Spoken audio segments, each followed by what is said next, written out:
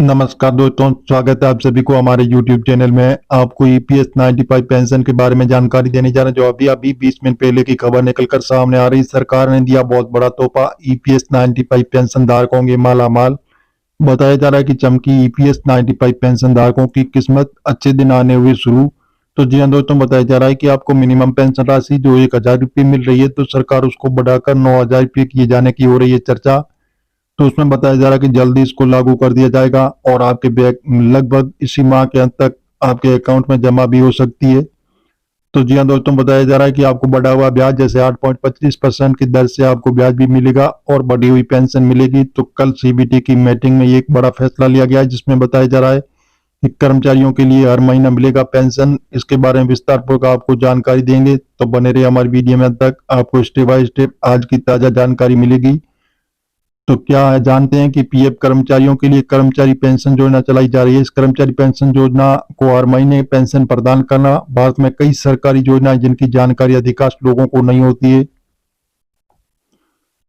तो जी हाँ दोस्तों, इस प्रकार जो ईपीएस 95 के पेंशन धारकों के लिए आ रही है बहुत बड़ी खुशखबरी। इस तरह कई लोग भी अपने अधिकारों और योजनाओं का पूरा लाभ नहीं उठा पाते हैं। आप जानते हैं कि पीएफ कर्मचारियों के लिए कर्मचारी पेंशन योजना भी चलाई जा रही है। इस कर्मचारी पेंशन योजना का उद्देश्य कर्मचारियों को हर महीने पेंशन प्रदान करना, जो उन्हें आर्थिक सुरक्षा और स्थिरता देता है। तो उन्हें चलिए आप सभी को इस कर्मचारी पेंशन योजना के बारे में और अधिक जानकारी विस्तार से बताते हैं कि कर्मचारियों को कैसे इस कर्मचारी पेंशन योजना का लाभ मिलेगा। आइए जानते हैं विस्तार पूर्वक, इस वीडियो में आपको जानकारी मिलेगी। कर्मचारी पेंशन योजना का लाभ वही व्यक्ति उठा सकता है जिसका पीएफ कट रहा है। यदि आपका बीपीएफ कटता है तो आपको कुछ महत्वपूर्ण बातों को जानना आवश्यक है। पेंशन प्राप्त करने के लिए कर्मचारी को कुछ नियमों का पालन करना होगा। इन नियमों का पालन करने पर मृत्यु के बाद नॉमिनी और परिवार उत्तराधिकारी को भी पेंशन का लाभ मिल सकता है। न्यूनतम सेवाएं, यदि आप किसी कर्मचारी भविष्य निधि संगठन की इस कर्मचारी पेंशन योजना का लाभ उठाना चाहते हैं तो आपको कम से कम 10 साल की सेवा करनी होगी। इसके अलावा आपकी आयु कम से कम 50 वर्ष होनी चाहिए। इन शर्तों को पूरा करने के बाद ही आप पेंशन के पात्र होंगे। आप पेंशन की राशि का कैलकुलेशन बहुत आसानी से कर सकते हैं। पेंशन की राशि आपकी रिटायरमेंट से पहले 60 महीनों की उच्च सैलरी पर निर्भर करती है। अगर आप 20 साल या उससे अधिक समय तक योगदान करते हैं तो आपको 2 साल के बोनस का लाभ भी मिल सकता है। पीएफ कर्मचारियों को सबसे पहले ईपीएफओ की आधिकारिक वेबसाइट ईपीएफओ गोइंग इन पर जाना होगा और वहां से आप ऑनलाइन सर्विसेज का विकल्प चुन सकते हैं। ईडीएलआई पेंशन कैलकुलेशन के विकल्प का चुनाव करें। उसके बाद आप कैलकुलेटर के उपयोग के तरीके के बारे में जान सकते हैं। सभी आपको डिटेल्स को दर्ज करने में पेंशन राशि का जैसे विवरण देख सकते हैं। कर्मचारी पेंशन योजना के तहत पेंशन प्राप्त करने के लिए पीएफ कर्मचारियों को आवश्यक शर्तों और नियमों का पालन करना जरूरी है। इस ईपीएस योजना से कर्मचारियों को भविष्य में आर्थिक सुरक्षा मिलती है। अधिक जानकारी के लिए ईपीएफओ की आधिकारिक वेबसाइट पर जाएं और उपलब्ध सुविधाओं का लाभ लें।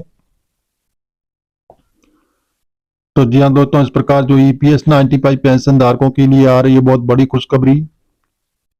बताया जा रहा है कि कई लंबे वक्त से ईपीएस 95 पेंशन धारक जो भी मांगे कर रहे, मांगे जल्दी पूरी होने वाली है। सरकार इस पर देने जा रही है बहुत बड़ा तोहफा। अब आपको मिनिमम पेंशन राशि मिलेगी 7500 और उसके साथ में बढ़ा हुआ ब्याज भी आपको मिलेगा। तो जी हाँ दोस्तों, इस प्रकार जो ईपीएस 95 पेंशन धारकों के लिए बहुत बड़ी खुशखबरी आ रही है। तो जी हाँ दोस्तों, अभी जो 10 मिनट पहले की खबर में बताया जा रहा है कि ईपीएस 95 में ऐसे होती है पेंशन की गणना। कर्मचारी पेंशन योजना आजीवन पेंशन लाभ और सामाजिक सुरक्षा प्रदान करके कर्मचारियों को उनकी सेवानिवृत्ति के दौरान वित्तीय सुरक्षा प्रदान करती है। और आपको बता दें कि 16 नवंबर 1995 को शुरू की गई ईपीएस पेंशन ने 1971 के कर्मचारी परिवार पेंशन योजना की जगह ली थी। पेंशन के लिए ईपीएस 95 में ऐसे होती है पेंशन की गणना। ईपीएफओ द्वारा प्रबंधित कर्मचारी पेंशन योजना एम्प्लॉयर पेंशन स्कीम 1995 में ईपीएफ अंशदाताओं को पेंशन देने और उनके परिवार के सदस्यों और नामांकित व्यक्तियों को लाभ प्रदान करने का प्रावधान है। केंद्र सरकार द्वारा नियोजित कोई भी व्यक्ति जो पेंशन नियमों के अनुसार सेवानिवृत्त होता है तो न्यूनतम 10 वर्ष की सेवा अवधि पूरी करने के बाद ईपीएस पेंशन प्राप्त करने के पात्र भी हो जाते हैं। ईपीएस 95 पेंशन फंड के तहत आने वाले संगठित क्षेत्र के कर्मचारी 58 वर्ष की सेवानिवृत्ति आयु प्राप्त करने पर पेंशन का लाभ ले सकते हैं। एम्प्लॉयर पेंशन स्कीम में ऐसे जमा होता है फंड, इसके बारे में आपको विस्तार पूर्वक जानकारी बताएंगे, तो आप बने रहिए हमारे वीडियो में तक, आपको स्टेप बाय स्टेप आज की ताजा जानकारी मिलेगी। ईपीएस 95 पेंशन धारकों के लिए सरकार देने जा रही है बहुत बड़ा तोहफा। बताया जा रहा है कि आपको मुफ्त मेडिकल सुविधाएं सरकार उपलब्ध कराएगी, साथ में आपको सुप्रीम कोर्ट के आदेशानुसार हायर पेंशन का भी लाभ मिलेगा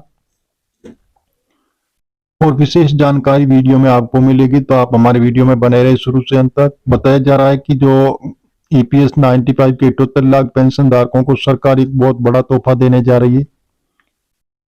तो कल सीबीटी की मीटिंग में एक बड़ा फैसला लिया गया कि पेंशन बढ़ोतरी की जाए, जल्दी पेंशन बढ़ा के अकाउंटों में जमा भी की जाएगी। इसी माह के अंत तक लगभग आपके अकाउंट में जमा हो सकती है पेंशन और ब्याज के पैसे। तो आपको ब्याज भी मिलेगा 8.25% की दर से, और साथ में मुफ्त मेडिकल सुविधाएं भी सरकार स्वास्थ्य देखभाल के लिए आपके लिए उपलब्ध कराएगी।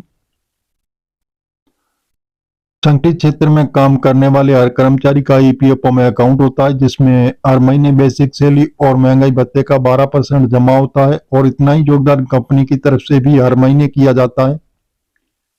कंपनी की तरफ से हर महीने किए जाने वाले योगदान में से 8.33% कर्मचारी पेंशन योजना एम्प्लॉयर में जमा होता है, जिसे पेंशन फंड कहते हैं, और 3.67% कर्मचारी भविष्य निधि यानी ईपीएफ में जाता है। नौकरी छोड़ने के बाद ईपीएफओ कर्मचारियों को रिटायरमेंट के समय पेंशन देता है। पेंशन के लिए ईपीएस 95 में ऐसे होती है पेंशन की गणना। पेंशन योगी वेतन पिछले 60 महीनों का औसत एक्स पेंशन योगी सेवा भाग 70। मान लेते हैं जब कोई पीएफ अंशधारक 23 वर्ष की आयु में ईपीएस पेंशन फंड नामांकन करवाता है और 58 वर्ष की आयु में सेवानिवृत्त होता है, तो वर्तमान में वेतन सीमा 15,000 रुपये में योगदान करते हुए वे 35 वर्ष की सेवा पूरी करने पर लगभग 7,500 रुपये पेंशन प्राप्त कर सकता है। जी हाँ दोस्तों, इसके फॉर्मूले के अनुसार पेंशन योग्य वेतन इंटू पेंशन योग्य सेवा भाग 70, इसी प्रकार 15,000 इंटू 35 भाग 70 7,500 रुपये पेंशन बनती है। पेंशन पाने वाले ईपीएफ अंशदाताओं को कम से कम 10 साल तक काम करना चाहिए और 58 वर्ष की आयु तक पहुंचने के बाद सेवानिवृत्त होना चाहिए। वैकल्पिक रूप से 58 वर्ष की आयु वाले ग्राहकों की पेंशन के लिए पात्र है और वे अभी तक सेवानिवृत्त न हुए हो। इसके अतिरिक्त 50 वर्ष की आयु वाले 10 वर्ष से अधिक सेवारत ईपीएफ ग्राहक ईपीएस पेंशन का लाभ प्राप्त करने के पात्र ईपीएफ सदस्य की मृत्यु होने पर पेंशन समस्त जीवन साथी विधुर को वितरित कर दी जाएगी। तो जी हाँ दोस्तों, हम मीडिया आधारित आपको बता रहे हैं, सरकार से अभी हाल फिलहाल ऐसी घोषणा नहीं हुई है। आप सरकारी ऑफिशियल वेबसाइट पर जाकर इसकी जानकारी ले सकते हैं और मिलेंगे नई जानकारी के साथ। नए और पहली बात तो चैनल को सब्सक्राइब कर लीजिए ताकि इसी प्रकार की नई जानकारी होगी वो सबसे पहले आपको मिलती रहेगी।